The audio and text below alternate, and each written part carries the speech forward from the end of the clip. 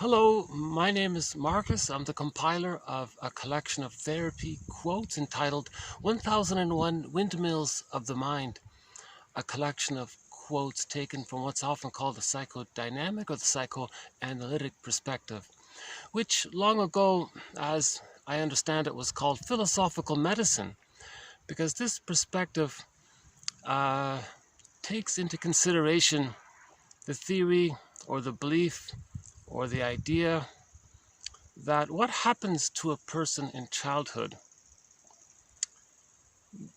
before the hippocampus comes online, in other words, during the implicit memory system time or the pre-verbal memory system time, that the brain somehow creates representations of what happened during the first 3 years. And out of these representations, related to self, related to other, related to the relationship between self and other, that there's this blueprint or script or template or schema or working model or internal theater. They call it internal object relations theater. Basically a collection of unconscious fantasies in a nutshell. So we have unconscious fantasies based on our childhood. And the theory is that they can influence us in our choices, in our ability to enjoy work and so on. And we may be making choices based on these unconscious fantasies. So how do we get to know them if it's true? By inference, through dreams, or through noticing patterns in our behavior that at first don't make sense, but if we see a pattern, maybe it starts to make sense. So we look at how the past can influence a person in the present. So that's the main idea. But related to that, the important point about this is that if there's trauma in childhood, then the person is going to replay metaphorically or symbolically in the present a new edition of the past, thinking that the person can get a better outcome or change the past or undo it or not feel what happened in the past. That's called repetition compulsion. So actually our first sentence here is about this. As traumatic experiences cannot be assimilated by the immature psyche, they result in repetitive cycles called the repetition compulsion. So the baby's psyche or ego or consciousness hasn't developed yet. It's too immature. Because this tiny ego of the baby, it can't perceive, it can't understand or make sense of what's happening to the person if there's too much stimulation, trauma, too much too soon, the child can't handle it. The little ego can't perceive it. But it gets recorded, right? Now this recording of the trauma that the child's immature ego couldn't contain or something, that's so-called unfinished business, I guess. And the psyche seeks to not have that painful memory in this timeless, frozen state in the brain. So the person wants to recreate a relationship that allows enough for safety for the person's ego to be strengthened and developed to be able to perceive and so-called metabolize the experience or understand the experience or manage the experience somehow. So the baby couldn't manage the trauma. Repetition compulsion means they want to somehow relive it, redo it, recreate it, and maybe this time they're going to manage it. It doesn't work. Russell says a person can have 20 lifetimes. It doesn't work. At best, they might try to move towards the positive intention of belated mastery, meaning if they can anticipate the disappointment, maybe they're more prepared for it, but it's not going to really change the past. The problem with trauma in the pre-verbal time is that it's timeless. It doesn't understand time. So a person is frozen in time, right? And a person is stuck emotionally in some aspect of his emotionality he may be kind of stuck in some frozen time. And so therapy quote number 2119 to TQ 2129 by Paul Libby Russell offered some important ideas around what's called repetition compulsion. He says repetition compulsion and trauma are synonymous. Just think of them as synonymous. Repetition compulsion, replaying the past in the present, thinking you can undo the past, that's a symptom or a sign of trauma. So the observation of repetition compulsion is a communication that there is trauma. That's the idea. Now, Russell emphasizes that the trauma is that the child lost the safety with the mother. The mother used a bottle in the schedule and was misattuned or malattuned to the baby's needs and made the baby cry at night. And these kinds of shaming experiences means the baby lost the trust with the mother. If the baby loses the trust with the mother, he can't accept his feelings. His feelings go into the unconscious. This bag that we drag behind us, Robert Bly's metaphor. By the way, just a quick glimpse, interesting new venue here. I'm just sort of in this little park area. And so yeah, it's a nice little spot here.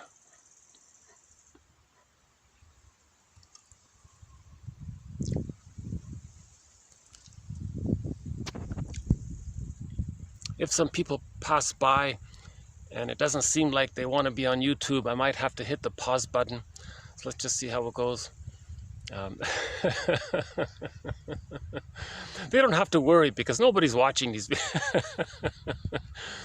My videos get maybe an average of 5 or maybe 10 views. If a video has 10 views, but the total watch time is between 0.01 seconds to maybe a minute or something like that. So nobody's really watching these. So who knows? Maybe in the future, the psychoanalytic perspective will become more popular. It's popular with me personally because I can relate to some of this material, and hence my enthusiasm to share this material. And it's a learning process myself. Again, my disclaimer, I'm not a therapist, I'm not a professor, I'm not a counselor, none of these things. I'm the compiler of the quotes. The collection now has over 2,200 quotes. These are excellent quotes. Now these 2,200 quotes represent approximately 50 topics or chapters or themes or threads. So one chapter or one e-booklet or one theme or thread is repetition compulsion. That's just one of the 50. But it's a key one. A good place to start with this thread is Russell's quotes, TQ 2119 to 2129. Plus the 3 videos that follow that video. They're all on repetition compulsion. But we have quotes on repetition compulsion sprinkled all throughout the series. So in the search engine in this channel, if one were to type in repetition compulsion, you'll get at least 50, 60, 70 good quotes about it. And in this video, we'll add a couple of more quotes on it by a gentleman from Stuttgart, Germany. A follower of Melanie Klein, one of our mentors, a guy named Heinz Weiss, not Weiss, Weiss, I think. The W is pronounced with a V, I think, in German. So Heinz Weiss, I believe. So he adds some important points about repetition compulsion. Right? So again, the baby needs the safety. He lost the safety. He's got shamed. His feelings, his golden ball gets put into this bag. Robert Bly's metaphor of the unconscious. That's the trauma. He lost his feelings. He wants to get back his feelings. His feelings are linked to identity. We feel, therefore we are. That's a pain not to feel our feelings. So we want to get back our feelings. So we want to get back that kind of safety. Now, post age 3, nobody can be the breast mother. it's a disappointment again. There's this drive for healing, so they're going to try again, but it's repetition compulsion. It's gone awry because nobody can be the breast mother and travel back in a time machine to mother's arms when they were a few days old and get it right and change the past. It can't be done, but it's as if they want that to happen, but it can't be done because they don't understand time. It's timeless. That's why that's an aspect of repetition compulsion. They don't understand time. The unconscious doesn't understand time, and the unconscious is influencing us in the present. So Edmund Burglar calls the unconscious the puppet master, and we're just following this second self, this alter ego, this secret self, this shadow self, this unconscious self. So this unconscious self, it's the one who walks with us, who's not like us, but who is us. There's someone living my life and I know nothing about him. In literature, it's the motif of the double. And the theory is that this is running our lives, basically, to a large degree. Our unconscious fantasies are making us make choices and decisions. So the idea is to figure out what are these unconscious fantasies, or these internal objects, or these internal representations. What is this traumatic script that we're stuck in, right? So we want to unpick the threads of a traumatic script and use those threads to weave a new, healthier script. So that's what the psychoanalytic perspective is looking at. Now again, the psychoanalytic perspective is knowledge. So that's the yang. Okay. In healing, we need the yin and the yang. So we've been using this Ferris wheel. I think it's the I Ching Ferris wheel somewhere in China. There's this beautiful, huge, modern Ferris wheel. They call it the Bagua Ferris wheel, based on the hexagrams of the I Ching. But the main thing I like about it is in the center of this Ferris wheel, there's a huge Tai Chi symbol. The yin, the yin, that's the feminine, that's the feeling. That's the darker side of the symbol. Then you got the yang. That's the knowledge, the active, the so-called doing. So the yang is the knowledge, the doing, the thinking, the talking, the questioning. That's sort of the active side of healing. So the knowledge is the yang, the thinking, the models, the questions, the curiosity, these speculations, these ballpark, brainstorming ideas. That's the yang side of it all. But the yin is the presence, the being. Grief is healed, complicated grief is healed when it's witnessed by a caring other. But the witnessing by a caring other is not enough. We need the talking, the yang, and the caring witness by a friend. That's the yin. So we need the yin and the yang. These quotes are mainly in the yang. Right? When you have the knowledge, then you talk to your friend and say, hey, we gotta talk, I gotta talk. Can you listen?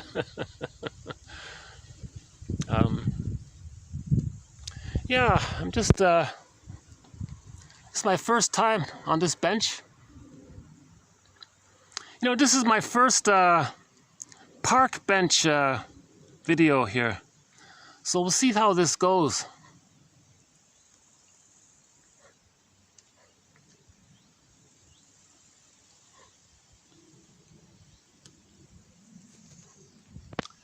I never thought I'd do these videos on a park bench, but why not? Okay.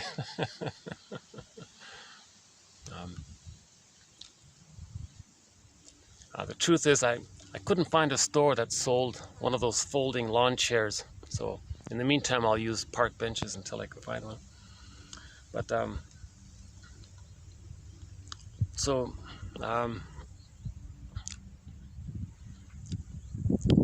so repetition compulsion, it's a new addition. We transfer the past into the present, see the present as a new addition of the past, reliving the past in the present, magically thinking we can undo it and change it and get a better outcome so that we can have our feelings. So Russell says that We're repeating because we're not feeling. We're trying to get our feelings. So we repeat to get the safety, which allows the feelings, then we stop repeating. Now, Weiss here, Heinz Weiss. Got to get used to these new names. So he adds an important point here that,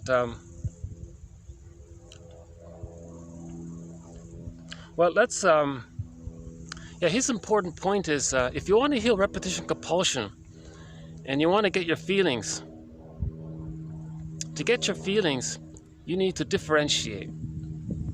Because the baby's one with the mother and he's traumatized there. Development means differentiation, self and other as separate.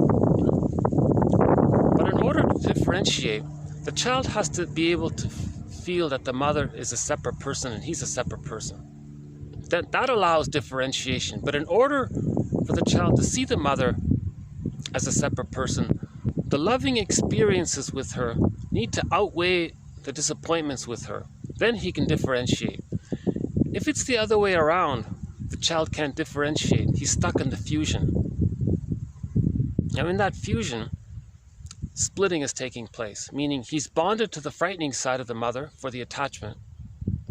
And he hallucinates that the mother's all good so he can feed safely. That's called splitting. So the baby thinks in this fantasy, imaginal world of goddess and demon. Now again, the baby's bonded to the rejecting mother if she's more frustrating than loving. But the baby misperceives the mother. The baby projects his own anger onto the mother because he can't accept his anger. It's too painful, so he thinks that the mother's angry. It's called projection. So projection is something you can't accept about yourself. You say or attribute or believe, think, or just get yourself to fantasize that it belongs to someone else. So the baby thinks that the breast mother is enraged, when really the baby's enraged. So now the baby thinks that the mother's enraged, the breast mother's enraged. Now the mother is this giant, so now this giantess in the nursery is enraged. The baby's small and helpless.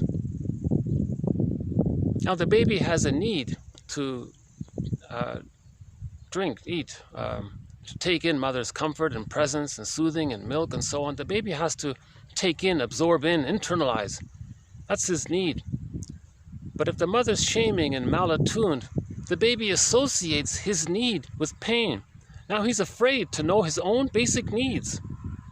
Okay, again, something's repressed, it's projected. Now he thinks that this enraging giant wants to devour him.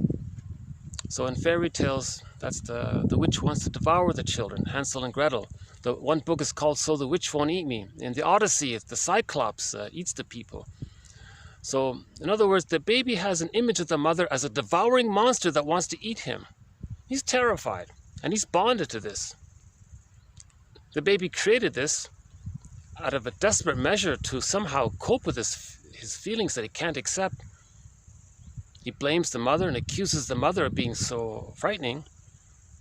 That's a symbol to hold his feelings that he can't accept and the needs that he can't admit. Now, how does the baby just nurse, just for the milk?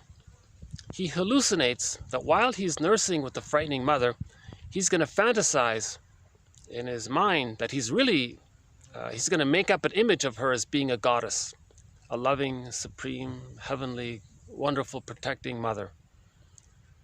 And he'll deny the truth that he's terrified of her.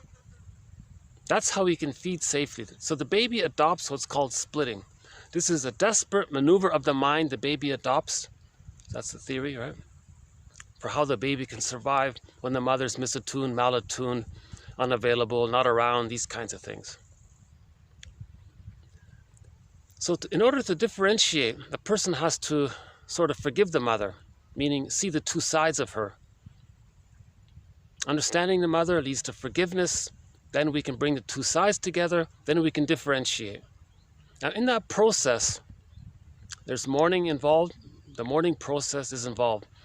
Now, related to this, Weiss says reparation it takes place at the same time. So reparation and mourning are taking place when we see the two sides of the mother. The mother, we're not blaming her. The mother may be trapped in her repetition compulsion. Maybe she had an insecure attachment style, prenatal trauma, birth trauma, or perinatal trauma, or trauma before the age of 3, getting their tonsils out at the dentist's office, forced relocation, shocks in the environment. So the mother may be traumatized.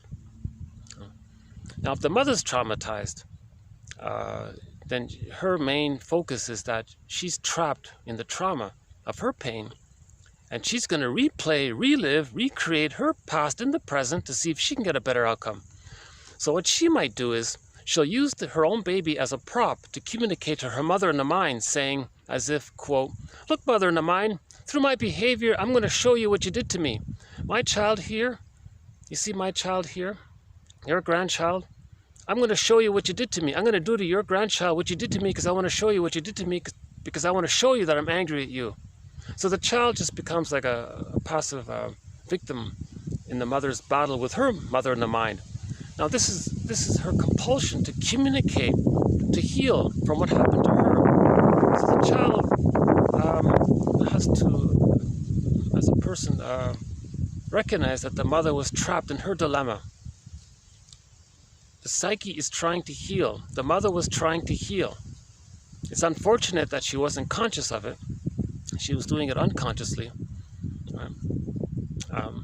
So, in other words, she would have if she could have, but she was trapped in her existential net, her existential dilemma, her repetition compulsion, so she couldn't. So this knowledge helps us to have some understanding and forgiveness for the mother. That adds some truth to the situation. Okay? So the truth is, we didn't have the perfect, ideal, happy childhood that we may think we had. Now sadness is coming up. Now we think, oh my God, who I could have been had I been loved. There's a huge loss in that recognition, right? And the thought that the mother was so misattuned and didn't really love the child, despite what she thought of herself. Maybe she advertised that she was such a great mother, doing a great job, we should appreciate her. But maybe she was very misattuned, doing the opposite. And we're getting to the truth of this. And then we're sad for her, of course, as well, and for ourselves. So we're starting to see the truth will upset you free. So this is called the mourning process. So now we're starting in the grief process. Now you have a caring witness. Friend, I gotta talk. Now so grief is healed when it's witnessed by a caring other. You know, friend, I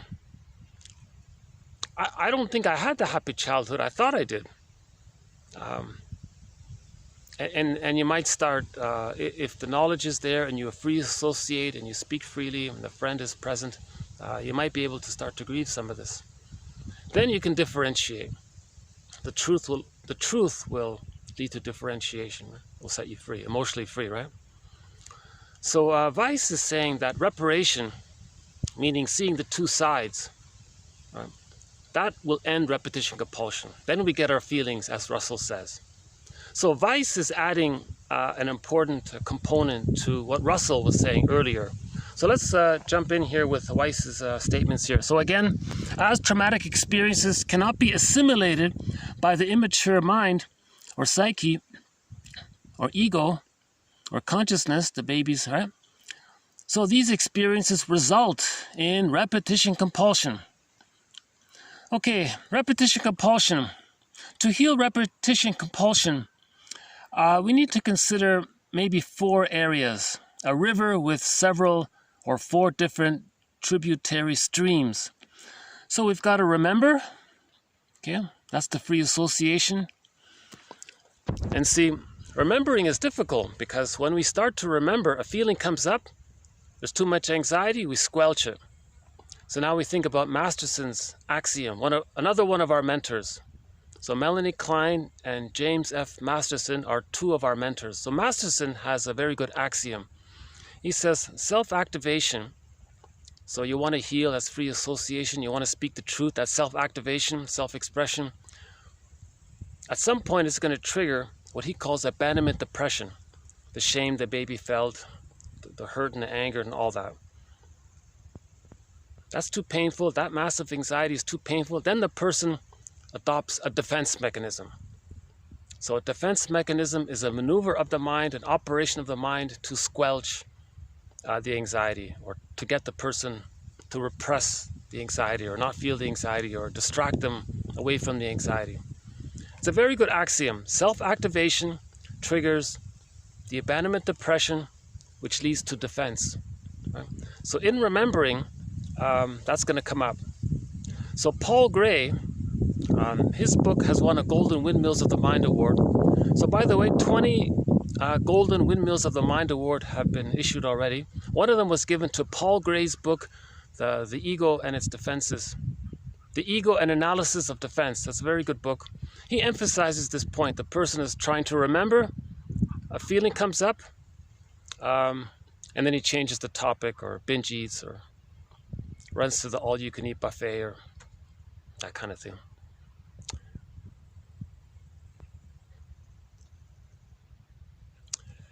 I think I hear some ducks or something. Hold on a sec. Let's see. No?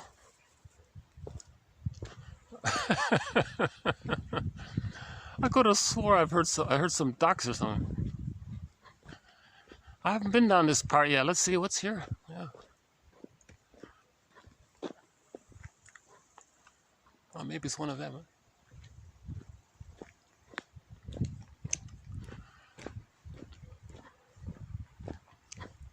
Okay, so that's Paul Gray talks about this.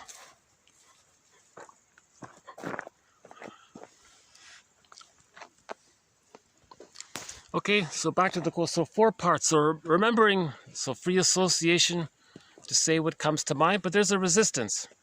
See, the resistance is we're frozen in there. A part of our emotionality is frozen in this, encapsulated in this so-called psychic retreat. And we're stuck in this psychic retreat within. And we're stuck there until we can find the safety to allow us to be unstuck. But no one can be the breast mother, so we're stuck there, hence the repetition compulsion. So the cure is to remember, plus reparative processes. Okay, so reparative processes. Okay, so we look at Melanie Klein's model. She has a thing called the positions. In the beginning, in the first few months, babies adopt splitting and projective identification, infantile megalomania, mainly. When the unconscious ambivalence is healed, in other words, the baby can recognize that the one mother is both loving and frustrating, and the child can do it. That's the key there. Can the child accept the two sides of the mother and not split?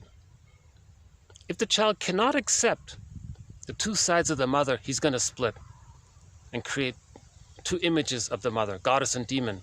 Deny one, accept the other. That's called splitting. It's unrealistic. This later on leads to huge distortions in perception later on. Prejudice, of course, comes from there. But the child can only see the two sides of the mother if the mother is more loving than frustrating. Now, if that didn't take place, then at midlife, we have to do it ourselves, right? So man's main task is to give psychological birth to himself. If it didn't happen naturally by the age of 3, right? So the reparative process. Oh, hi there. I'm making a video for YouTube. Okay. Very nice. Oh, he said very nice. That's good. Positive attitude. Okay, next one here. Symbol formation. Okay, so the symbol formation The theory is that that's language. The language can help perceive and give meaning and understanding.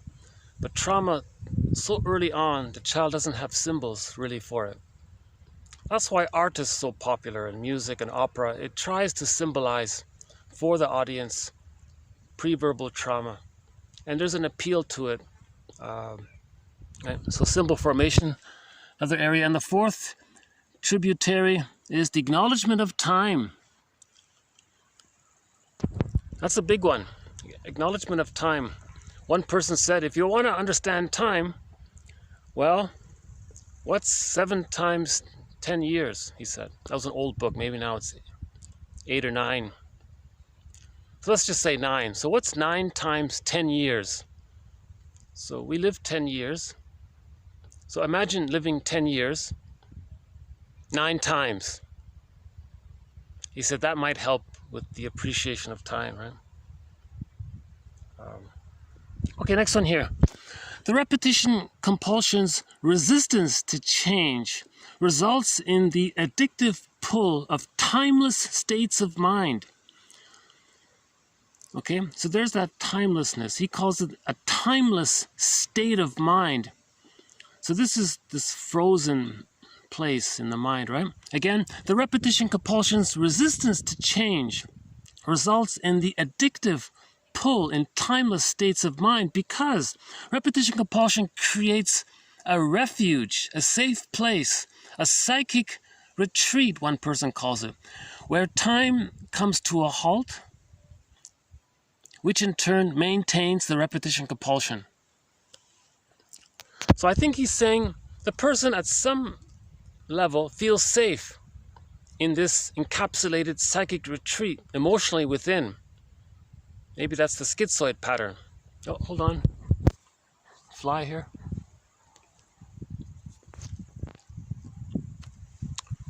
I think no matter where I go, the fly is going to be one of the companion animals. You know, in this new location, we may get some new companion animals. We'll see. Up until this point, the companion animals have been the crow, the blue jay, the heron, the Canada geese, the loon, the seal, the fox, the mosquito, the bee. I think that's it, right? Okay.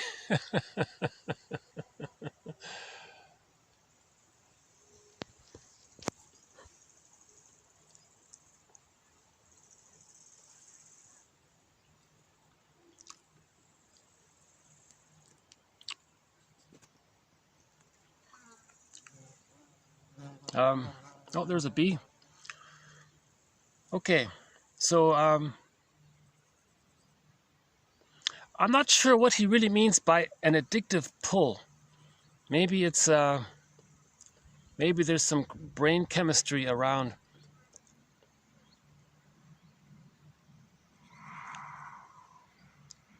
The trauma is the attachment to the mother. So there is some connection to the mother, but it's painful. But the only way to get the connection is through the trauma.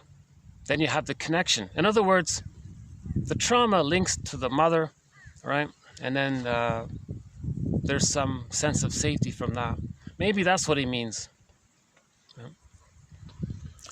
Okay, repetition takes over when reparation fails. That might be his key phrase right there. Heinz Weiss. Repetition or repetition compulsion takes over when reparation fails. If we don't heal and feel and talk and question, we're going to repeat. We are repeating because we are creating a mirror to know that there's trauma. The repetition compulsion is like a behavioral mirror. We see this mirror, look in the mirror to see that trauma causes that. Trauma and repetition compulsion are synonymous. So repetition compulsion is a mirror to know that there's trauma. So we look in the mirror, we know there's trauma, that moves towards the yang, right, side of healing.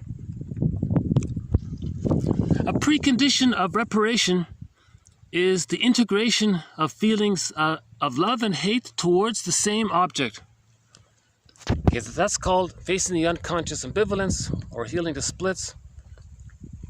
The baby loves this perfect image of his mother, this idealized breast mother, this goddess mother. Of course he loves that, but it's made up mainly.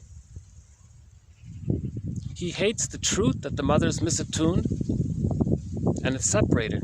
He can't see the two as coming from the same person. He doesn't want to hate the person he needs. That's called the splitting. You see? Now, once he starts to bring the two together, now there's ambivalence. That's called the depressive position. Now he's having mixed feelings. Oh, the person he loves, he also maybe is angry at that person, but he also loves that person. Can he do the two?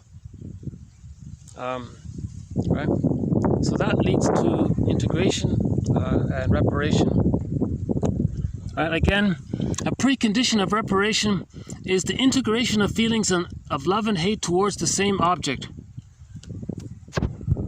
Okay, so in the unconscious fantasy world, it's not goddess and demon.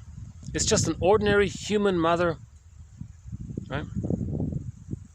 When the memory in the baby's brain and the child in the person's brain is the mother as one person, not goddess and demon, he can differentiate.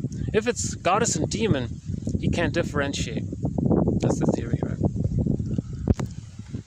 It is often the inaccessibility of reparative processes that pave the way for negative therapeutic reaction. So he was saying here, let's say, so again, I'm not a therapist, but he is. He's saying here, maybe he expects the client to start to get better, and then he binge eats. Something worse happened. Like he regressed to his old ways or something. So that was a negative reaction. That's a sign that the reparative processes haven't taken place. He didn't heal the splits. He didn't forgive the mother. So one summary maybe we might say is, forgive the mother, we stop repeating. If we don't forgive the mother, if we're in this denial that she's this goddess, this world's greatest, most perfect, most amazing mother in the world, this kind of over-idealization of the mother, putting her on a pedestal, that's called reaction formation, to deny the opposite. The truth is, you feel very, we want a balanced, honest, realistic appraisal of the mother. She's not something, if you over-idealize her, that's splitting. If you overly hate her, that's splitting. Right? There were some good things about the mother. She wasn't all bad. Right? But if a person does think she's either all bad or all good, that's splitting. There's no reparation, there's repetition compulsion. Right? So if there's repetition compulsion, they're going to be dysfunctional. They're going to expect someone in the present to be perfect. They can't be perfect. Then they want to maybe coerce them to be perfect, but it can't be done. Then the relationship becomes argumentative too much. It becomes like sour milk. So those marriages become like sour milk. Each person says, I love you, you're perfect, now change. And they're arguing because they're both transferring the past scene of the crime with the mother onto the partner in the present. The other one's doing the same thing, and then they're in this power struggle with each other, right? Because they're both trying to get the other one to be the good breast, and the other one's doing the same thing. You see, so they're gonna have this argument all the time. Finally, it wears out. The marriage rusts, right? The broken trust leads to the rust, and the marriage becomes like sour milk. Okay, so that's one theory about negative therapeutic reaction. You think things are going to get better, and then there's sort of a setback. It's called the negative therapeutic reaction. Weiss is saying negative therapeutic reaction comes from the lack of healing the splits, the lack of forgiving the mother. Melanie Klein says, quote, "It is only when the superego can be developed into a more benign structure that mourning and reparation can gradually emerge."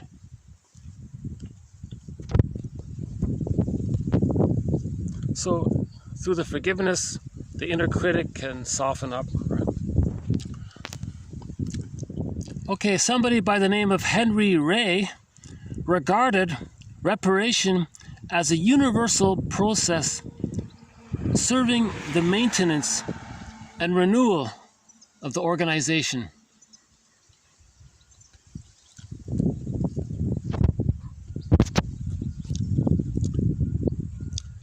Some teenager just zipped by on his bicycle there.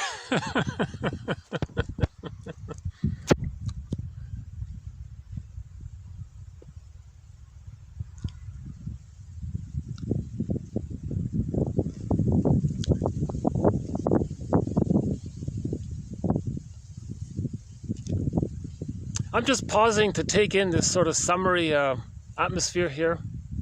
Pardon me. Let's get back to the let's get back to the quotes. I've never heard of Henry Ray, but Heinz Weiss speaks highly of him. He gives him high praise. And according to Weiss, Henry Ray emphasizes that reparation is a universal human drive. It's part of this innate drive for healing. Now, when we heal through reparation, the person becomes maintained and renewed. So if a wrong was done, the person who did the wrong, if they can go through the painful work of facing the truth, admitting it, feeling the guilt, crying about it, make reparation, doing what they can, that's going to renew the person. That's what he says, right? Rather than just repeating it over and over again, denying, making excuses. See, rationalization is often involved in repetition compulsion. When a person is repeating the past and the present, being dysfunctional, they're going to cloak it over with what's called rationalization. So that's another e-booklet in 1001, Windmills of the Mind, rationalization. It's when you want to give the appearance of being reasonable or rational in order to hide the truth of the irrational. Right? Repeating the childhood in the present is irrational, but you want to hide it to yourself and to others.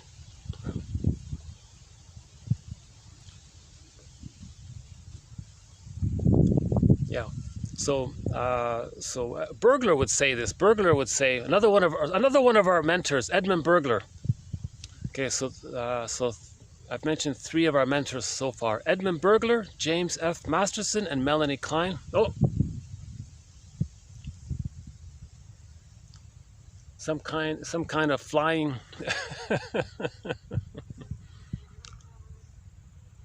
Some kind of flying critter.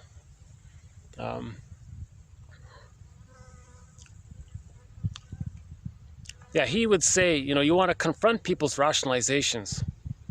Get them to realize that they're using a rationalization, a defense mechanism, to mask over the use of another defense mechanism, which is too embarrassing to admit. Right? Because it's too painful. Feeling the truth that the mother was misattuned, that's too painful. So we use repetition compulsion to hide it.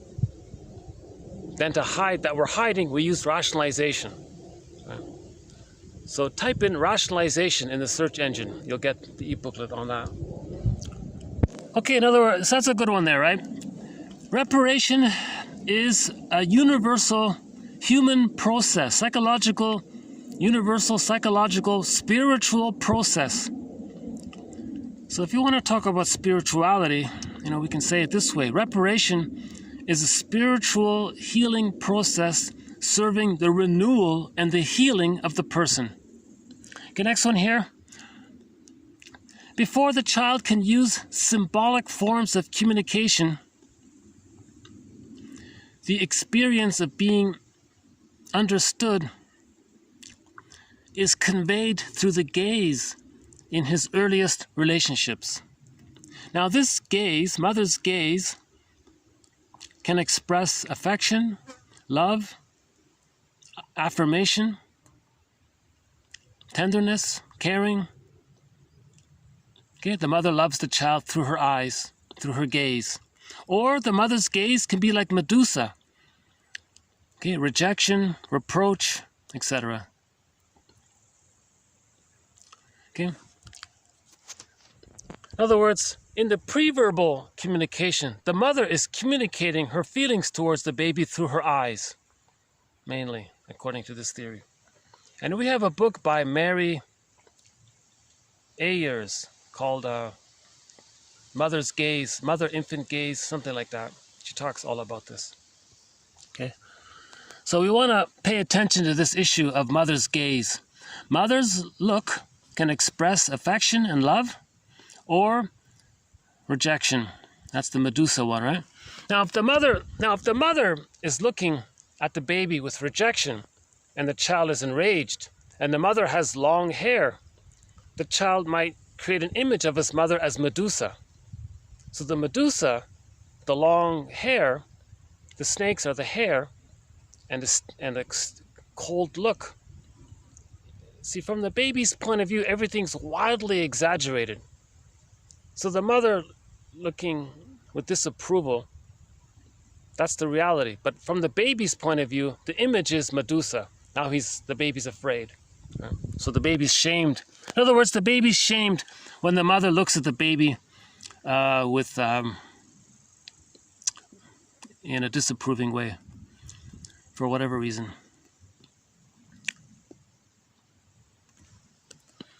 You know, sometimes the mother might look at the baby in a rejecting way because she wants to communicate to her mother in the mind that when she was a baby, that her mother was rejecting towards her. So this is called a negative magic gesture by Edmund Burglar, one of our mentors, Edmund Burglar, called negative magic gesture. So the mother has a memory of when she was a baby that the mother was misattuned to her. Okay, so this mother now has a baby herself and does to her child to communicate what happened to her. It's called a negative magic gesture. Now the enmeshment of trauma and repetition compulsion. Okay, so the blending of trauma and repetition compulsion is basically synonymous there.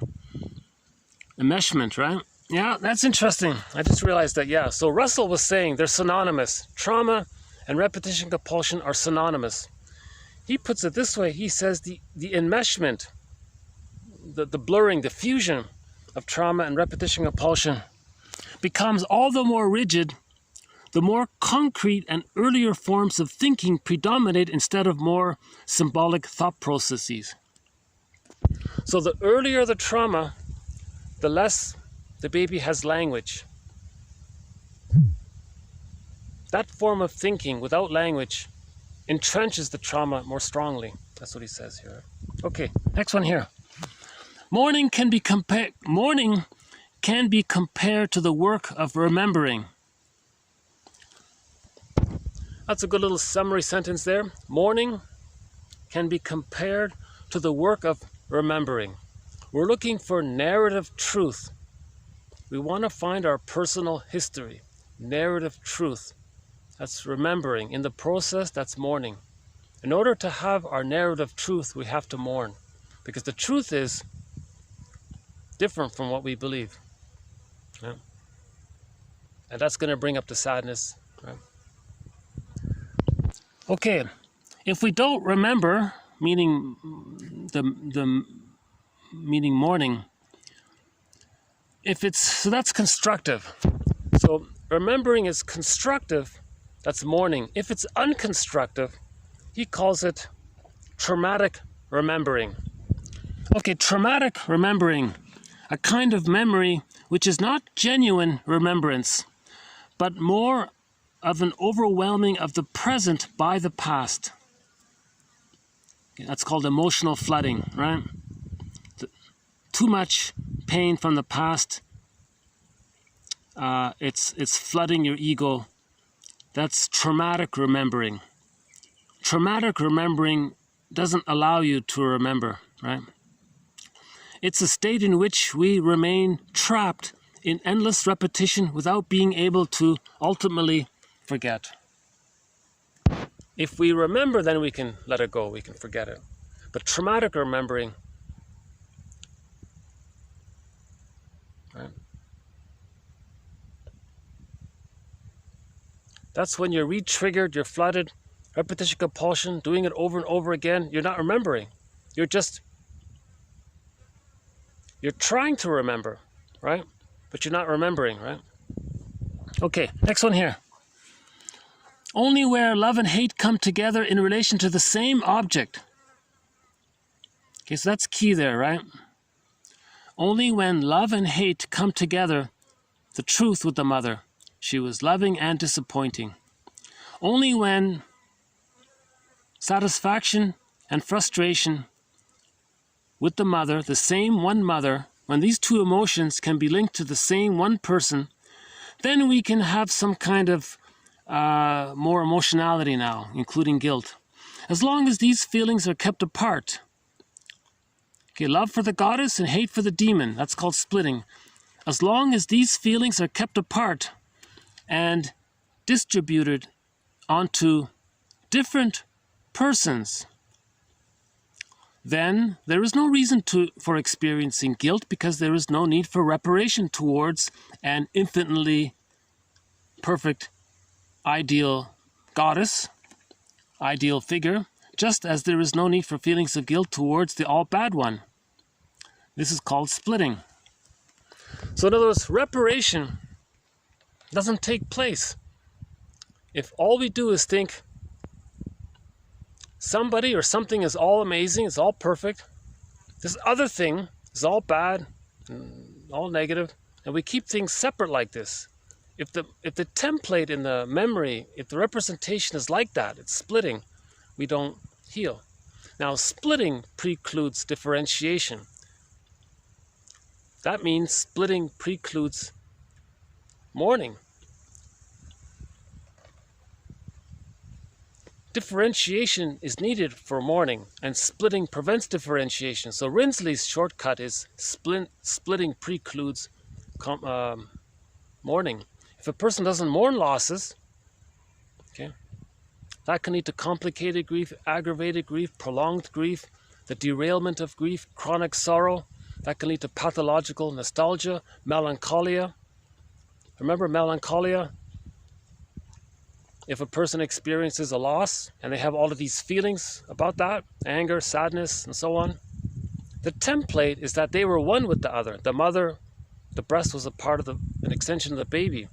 So they refer to the template in the memory system, meaning if they were to acknowledge the loss of somebody, they look at the template and go, wait a minute, the other is me.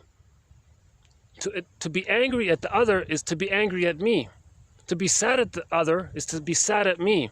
So all of these emotions to the other, in the emotionality, it's directed towards yourself, because the person didn't achieve differentiation. So that's melancholia. They're stuck with this constant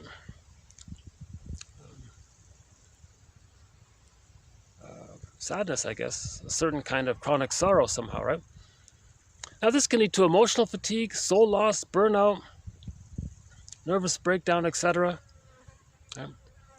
Now, there can also be the delayed onset of the original developmental trauma. Now the person has PTSD by the delayed onset of trauma. Now they have PTSD and the symptoms of PTSD. So a loss at midlife can bring on the PTSD that wasn't revealed. Right? And if this doesn't get healed, the person can become a curmudgeon late in life. Bitter, stingy, miserly, grump, that kind of, right? They're not an elder, they're not serving or sharing or contributing or building. They're still in battle with the mother and the mind. One person says, we need more olders to become elders. To become an elder, you got to face the truth of the childhood. Okay, you got to look for remembering, narrative truth. The truth will upset you free. Right? Okay, next one here. Okay, just on a lighter note here. The damages of the past cannot be undone. Okay, so we can't go back in a time machine. Okay, and psychological scars will remain, emotional scars will remain, but we can also learn to live better despite and with the past. Right. So we don't change the past, but we can be a caring witness to the past, and the effects of the past don't haunt us anymore. So the ghosts become laid to rest, and they become ancestors. So that's the story of Orestes, one of our threads, Orestia.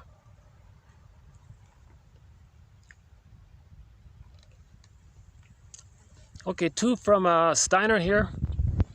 Reparation leads to a lessening of distortions, right?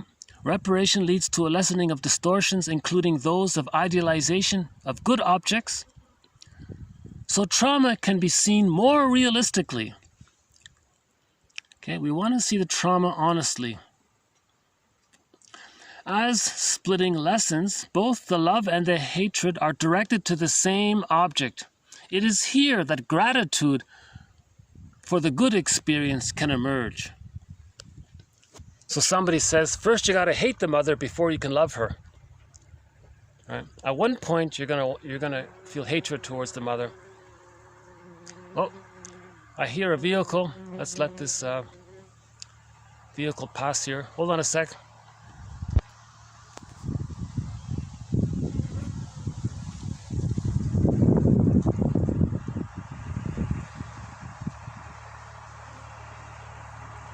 Sounds like a tractor or something.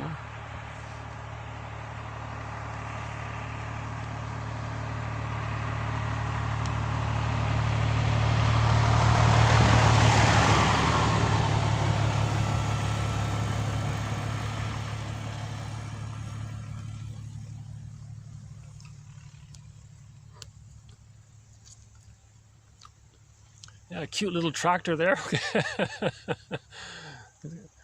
It's got like a mini tractor, right? Okay.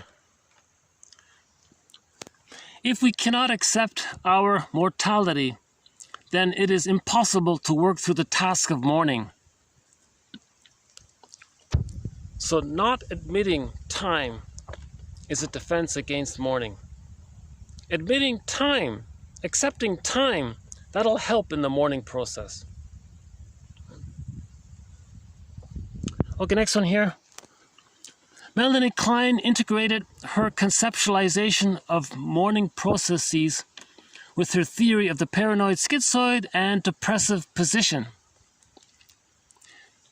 It is within the psychic state of the latter, the depressive position, or sometimes called the mourning position, that guilt and loss are experienced, since attachment to an ambivalently loved object can be tolerated.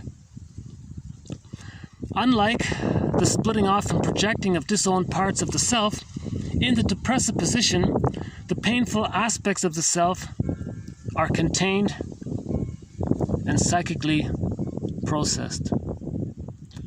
Okay, affect experience is the main route to this process. Okay, so we need to feel this, right? Not just think about it. Okay, mourning. That's the overall gestalt, characterized by a sequence of affects that allow the integration of split-off object experiences so that whole self-experience with its characteristic psychic resilience results. Because that's just sort of another way of saying what we've been saying all along. The baby adopts splitting primarily. Later on, he brings the two sides together. It's called facing the unconscious ambivalence, the truth. That's the mourning. Reparation takes place there. Okay, let's just end up on 2 quotes related to projection. So another one of our threads is the topic of projection, a defense mechanism. Right? In this quote here, one of my favorite, two of my favorite quotes on projection are, one is by Confucius. He has a folksy one. He said, so 2,500 or 3,000 years ago, Confucius said, "When I walk in a party of 3, I always have 2 teachers. To the one I admire, to the one who has traits that I admire and I want to emulate and learn from him. To the other who has traits that I don't like, I search for them in myself." So you believe certain things that you don't like, search for them in yourself. The other was like a mirror. Every man is my brother, every man is my mirror, I think one slogan says. So your strong opinions about other people, very often it's a mirror. Projection is the means of bringing repressed material to consciousness. Projection, perceiving others as having traits that one inaccurately believes oneself not to have. It's defensive if perceiving the threatening trait in others helps the individual in some way to avoid recognizing it in himself. Okay, you don't want to admit that it belongs to you. You don't want to believe that you are this, or you feel this, or think this, or you believe this. You don't want to admit it. It's too embarrassing. It's too painful. So your mind gets you to think someone else possesses that trait. That draws your attention outward. It's called externalization. Now your mind is focused externally as a distraction from not feeling it internally. That's called projection. Now this externalization is like a mirror. Okay? You look in the mirror to see what's within. Laughlin calls projection a mirror defense. Projection is the means or the way of bringing this repressed material about ourselves to consciousness. We want to make the unconscious conscious, right? Reintegrate, re-own what we lost in childhood. Right? Okay, last one here. Okay, in some experiment here, participants were given bogus feedback based on a personality test to the effect that they had both good and bad traits. They were then instructed to avoid thinking about one dimension on which they had received bad feedback. Next, they observed a videotape of a stimulus person and rated that person on all the dimensions on which they had received feedback. Participants rated the stimulus person about the same on all dimensions, except that they rated her higher on the trait for which they had received bad feedback and had been instructed to suppress. Projection results from trying to suppress thoughts about some bad traits in ourselves. So I thought this is worth including. Participants took some kind of personality test. The feedback was all made up. So when they got the results of the personality test, each person read, "You have the following good traits. You also have the following bad traits." It was just all made up. And they kind of believed it, right? Then they were instructed, now all these bad things about you, just forget about it. Don't just repress it, suppress it, ignore it. Ignore it, okay? So everyone said, okay, I'll ignore it, sure.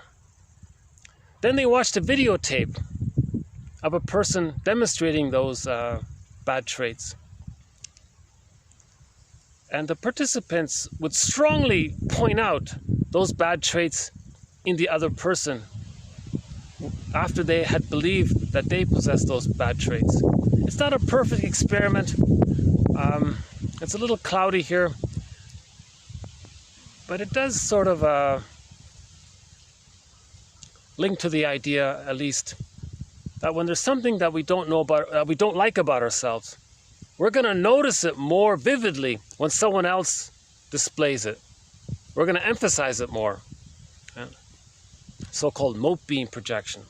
The other person may demonstrate it a little bit, but we're going to wildly emphasize it and blow it up, right? In our perception, right? We're going to magnify the little thing they have and say how great it is to talk about that we greatly own that trait. So the other person who possesses what we possess, but it's minor, that's like a hook, and then we hang our coat on it. That's called a mote beam projection. Sometimes projection is direct. The other person doesn't know what you're talking about, and you're accusing him of this or saying this about him. He hasn't a clue what you're talking about. That's called direct projection. Sometimes the person possesses maybe a little bit, but it's very minor and very trivial. It's not relevant. But you use that mote beam, right, to hang your coat on it, right? So that's projection.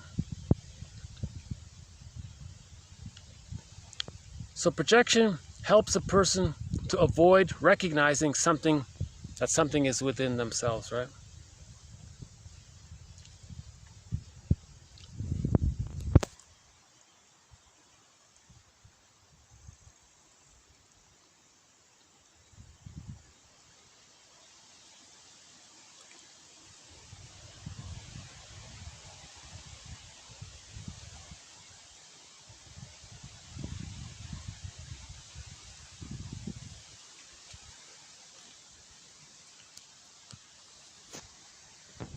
Okay, so I'll just start to wind down this video.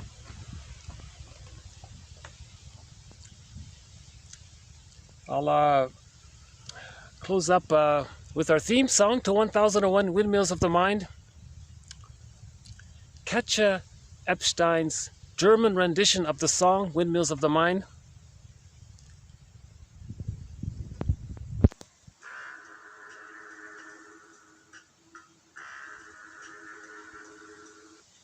Oops, hold on. Oh.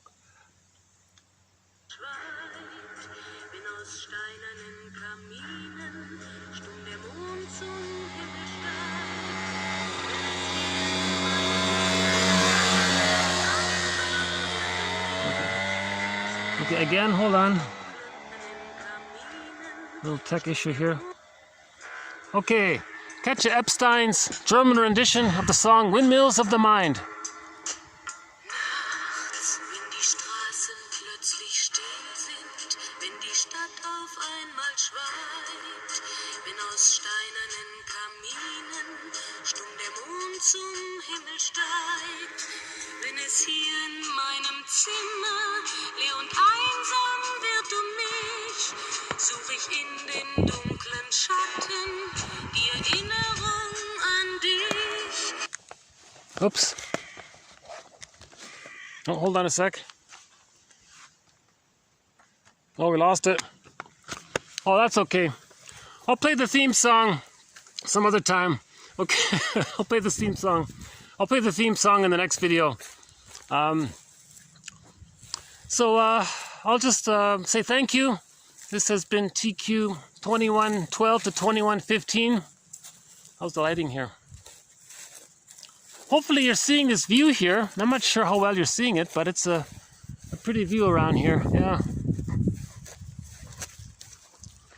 And we'll add more quotes to our thread on the idea that we can heal repetition, compulsion, dysfunctional behavior, transferring the past, being like Sisyphus, doing the same thing over and over again, and we know it's not helpful. Whatever it is, choosing the wrong partners or friends, emotional eating, any kind of repetitive, dysfunctional thing, we can heal that if we forgive. See the two sides of the mother, the parents as well. Sometimes we transfer the disappointment with the mother onto the father and think that the father's the bad one, did all the wrong. Usually it's the mother. The primal trauma is really with the mother. She's the one that causes the trauma during the nursing, not the father, obviously, right? So we want to, but sometimes people blame the father too much what they often do is transfer the true feelings for the mother onto the father. The father's shaking his head. He's doesn't know what you're talking about. Underneath the blaming of the father, you'll find the true complaint towards the mother. So to heal repetition compulsion, we forgive the mother, right? Then we stop repeating. Right? So that's the main message of this video, that we can heal repetition compulsion by through forgiveness. Henry Ray said it best, right? It's a universal process to heal and rejuvenate. Okay, I'll see you in the next video. I hope this has piqued your curiosity and interest about Melanie Klein's theory about the positions, about repetition compulsion, and we ended on about projection. And we'll add more quotes to our various threads. Any final thoughts here?